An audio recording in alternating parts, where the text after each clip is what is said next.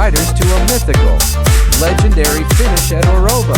The 7th time finishing up at the top and starting down on an old velodrome. San Francisco Campo's the venue for the sign-in. Garrett Thomas waving to the crowd as his team Jonathan Narvaez began the day in the pink jersey. Just over 160 kilometers to take off. The first half of the stage completely flat, and then the fun would begin. 3 classified climbs and now 3 sprints, including the Inteppido. A maximum of 16 bonus seconds on offer. And that final climb, a tough one, almost 12 kilometers long, leaving Gila heading up to the San Wario di Orfa. But Marco Pantani had made that famous after a mechanical after the flag was raised. It was a very, very entertaining start.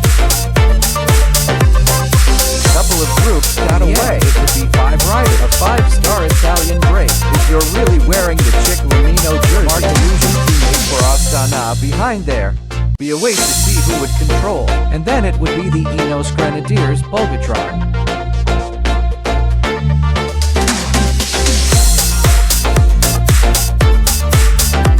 The gap just under 2.5 minutes. When there was a crash, Eddie Dunbar was involved. Conchers, the most recent history of going away, with riders to take long-range breakaway. The 30 km to go, and the numbers behind fading as well. Scarodi and Macalusi best the rest Nicola. The last remaining survivor of the day at the front, Lucy and Scott, only would be caught. And then a disaster for today. Bugacha, or it could have been. He went down, he was okay. All that caused by front wheel puncture. But with 11 kilometers to go, bonus sprint happening up the road. And Garrett Thomas taking to second. Bugacha is off the bat. There would be no panic from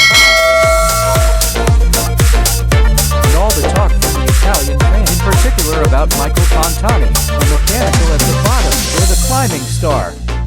It wasn't as dramatic as that.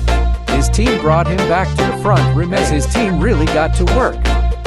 Richu looking mightily strong once again. 4.5 kilometers harder section out the way, and Bugacha zoomed off the front. O'Connor and Thomas were the first to try and hang on, but Bugacha would get a gap. O'Connor would start to fade. Other riders would make a recovery, but again there'd be problems for the likes of Flap and Ardensman, proving it would not be just a one-day problem. Come on, Yadoza also been distanced by You're gonna have a change of leader, but sooner be prices for O'Connor. Just under 2 Ks remain when he went backwards. And Narvaez knew by this point he was not going to keep the race lead. It'd have been a big ask for him anyway.